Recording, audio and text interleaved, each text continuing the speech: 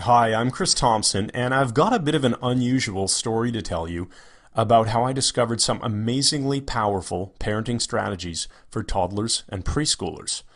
I'll be talking about ways to understand and communicate with your child that you've probably never heard before, giving you the answers to dealing with the terrible twos, poor child behavior, tantrums, and all sorts of other common parenting problems. Some of what I say in this video may offend some of the so-called experts, so I might not leave it up forever.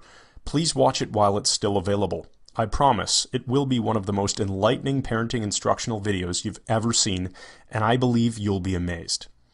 I have to assume that if you're watching this, you've probably been dealing with a lot of stress or anxiety that stems from being a parent.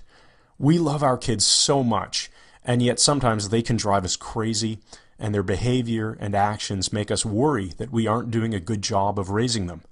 I've heard from lots of moms and dads who feel like they're failing as parents, and I know you want peace and quiet back in your home, and you're not alone. In fact, you're in very good company. The good news is that you can get the changes that you want. My experience proves you can actually turn things around and really start to enjoy your kids and your time as a parent much more than you are right now. I'd like to help you to make those changes starting right now by showing you some of the most important tools you can learn. Here's more good news. Most of the problems you're facing with your child's behavior are not your fault. Think about it. Kids don't come with instruction manuals. Nobody trains us on how to actually deal with toddlers and preschoolers. They don't teach this stuff in school. And when you're expecting your first child, you may have taken one of those parenting classes. The ones that teach you how to hold a baby, how to feed a baby, and everything baby. Sure, it's important stuff, but it's actually pretty easy when compared to the terrible twos and threes and, as one of my friends used to joke, the freaking fours. These years are big sources of stress for parents. You can either fly by the seat of your pants and fly off the handle, or you can learn and apply some much better ways of dealing with your kids. Because you're watching this video, you fall into the second category, and you should really congratulate yourself for that. There's only one real reason you don't have the peaceful home that you want with well-behaved children. Nobody's ever given you the right information and the proper tools. You've either been given no information, or even worse, the wrong information. You've continued to apply the correct solution, which didn't work despite it being the correct solution. So let's fix that. Here are the top 4 lessons that every parent needs to take to heart and apply. Number 1, behavior is driven by emotion, not logic. This is fundamental to everything. Behavior for any person of any age is determined by their emotional state. People act from their emotions, and then they later justify their actions with logic. But small kids don't have the ability to use logic, so they act purely from emotion. Say your child won't get dressed in the morning, won't eat his dinner, or won't share a toy on a play date. Your child mentally connects the behavior that you want to some kind of emotional pain. So no matter how many times you ask, your child won't cooperate. Changing your child's emotional state is the key to getting the behaviors that you do want. So how do you change a child's emotional state? I discovered some very specific language patterns to make it easy for your child to feel good about the behaviors that you do want. Once they feel good about it, the behavior change follows instantly. I see so many parents trying to use logic instead. If you eat that cookie, you won't be hungry for dinner. Or, if you don't wear this coat, you'll be cold outside. Or, you need to have a nap, or you're going to be cranky this afternoon. It simply doesn't work. I bet you can validate this by thinking back to your own experiences with your child. Number 2, we tend to overuse the word no when we talk to our kids. You remember the story of the boy who cried wolf, right? The little shepherd boy was bored while watching the sheep, so he decided to cry wolf to make the villagers come running. Before long, they stopped responding to his false cries. When a parent cries no at every little thing, kids stop listening. People, including kids, are programmed to notice differences.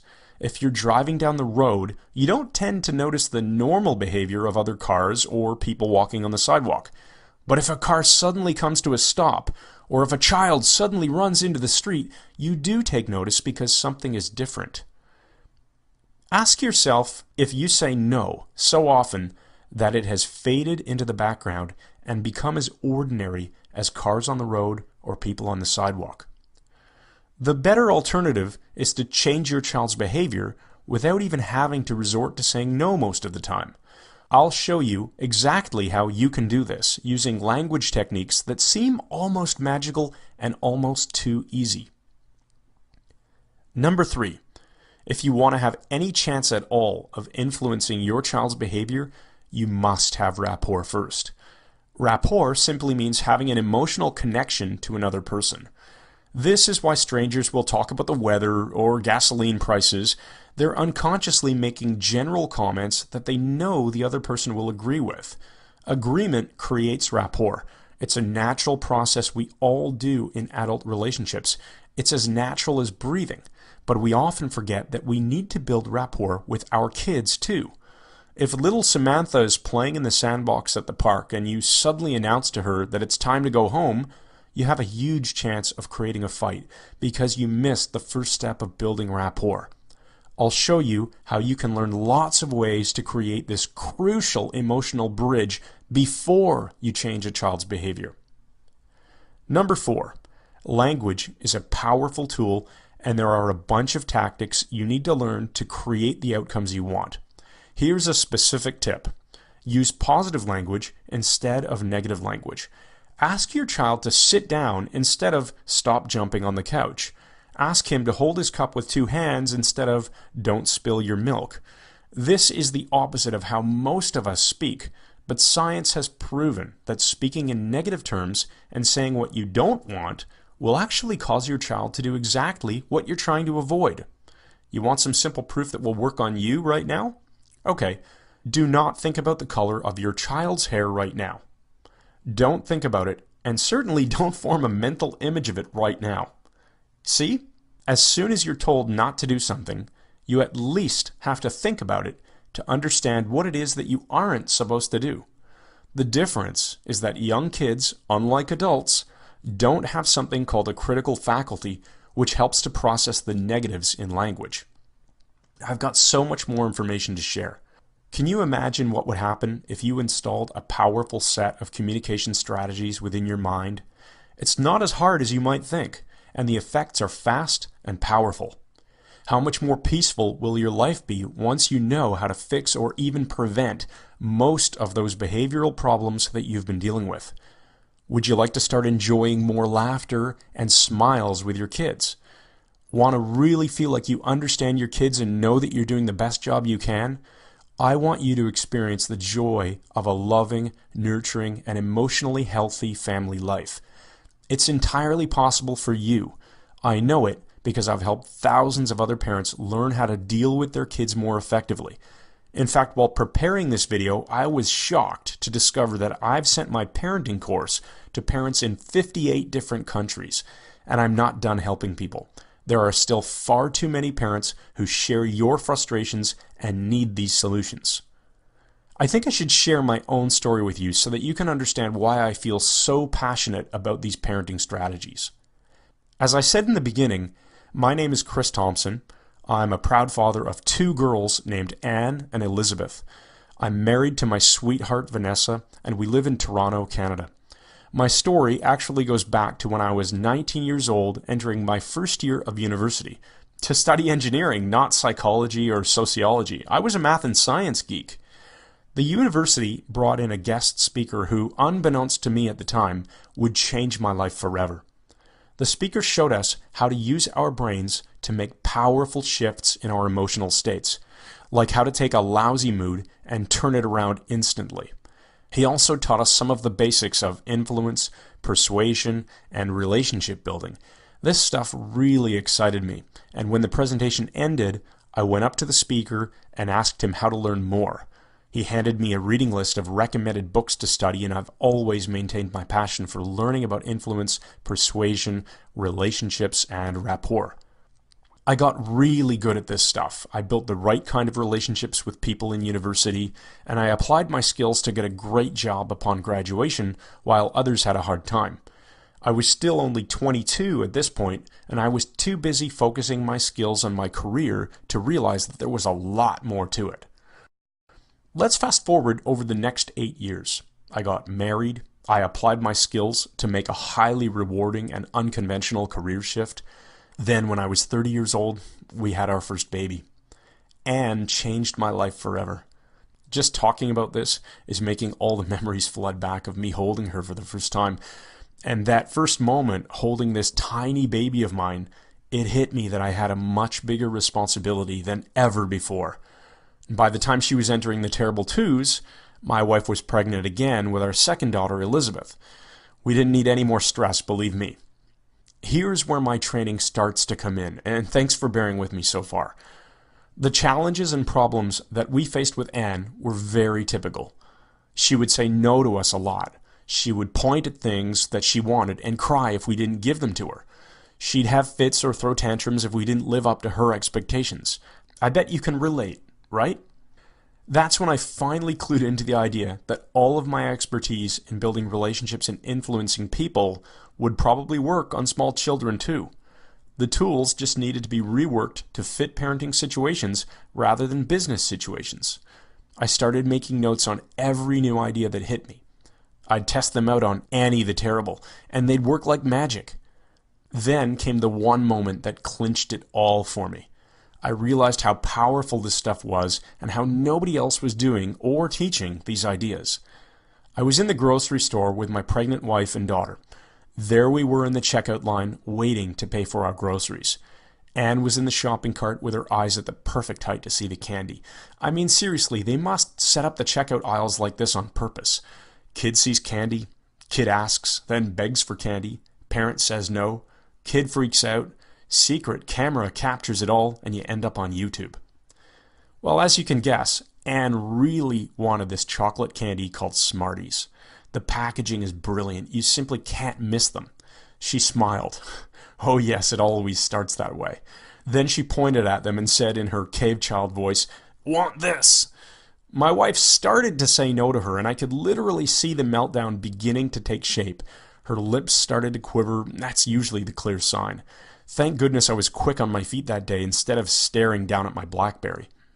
I quickly tested out a new technique that I'd been perfecting. It's called the distraction method. Yes, I know, very fancy title. It's an elegant technique that starts with something we already talked about, building rapport. If you forget this step, you're in trouble, seriously. But nobody's teaching this. Anyway, I built rapport and used a special distraction technique to completely avert the meltdown and the walk of shame over to the parking lot. What a relief that was. I took the time to take my communication skills and adapt them for use with children. What I developed is a unique, effective toolbox for parents. Nobody is teaching this stuff. Terrible twos? How about terrific toddlers instead? I've always been a natural teacher, so after experimenting on my own kids, I started working with other parents. The results were truly spectacular. Parents no longer felt like they were out of control. Kids started to behave better. The results were fast, and best of all, the strategies I teach maintain a child's dignity and actually help the child understand how to make better choices. I turned all of this into a course called Talking to Toddlers. The techniques that you'll learn will work on any age group. I always chuckle when wives email me to share stories about using a technique on their husband. But the examples are really geared towards the 2 to 6 year old age range, so not just toddlers. My course is unique because it's the only program that breaks down the science of communication and applies it to kids with a parent-approved emphasis on creating positive influence in children. Here are just some of the techniques you'll learn. Get your kids to say yes instead of no. If you find yourself successfully using the same strategy on your spouse, coworker, or boss, you have my permission to blame me. Quickly kill that bad mood. I'll show you how to use natural emotional cues to install a magic button that you can push to change your child's mood. Get children to stop changing their minds so much. I'll teach you exactly how to stop this, but in a positive way. It eliminates your stress and frustration while building your child's confidence at the same time. It's win-win. The best way to use consequences. I'll explain to you exactly what steps you're probably missing when threatening consequences. This will dramatically boost your success in using consequences. How to sidestep a temper tantrum. I'll teach you multiple tools that will save you unbelievable amounts of frustration. I love getting emails from parents who experience the difference these make. Plant positive ideas in your child's mind. You will learn to plant suggestions for specific behavior, like going to bed, eating dinner, or feeling comfortable on the potty. But the real power here is how you can instill confidence, strength, love, and other feelings. You need to know this. Now, I've got an important question for you. Remember what it was like to take your infant child out of the house? So long as you had your ultimate toolkit, the diaper bag, you felt comfortable, right? It had all the supplies you needed to deal with unexpected problems.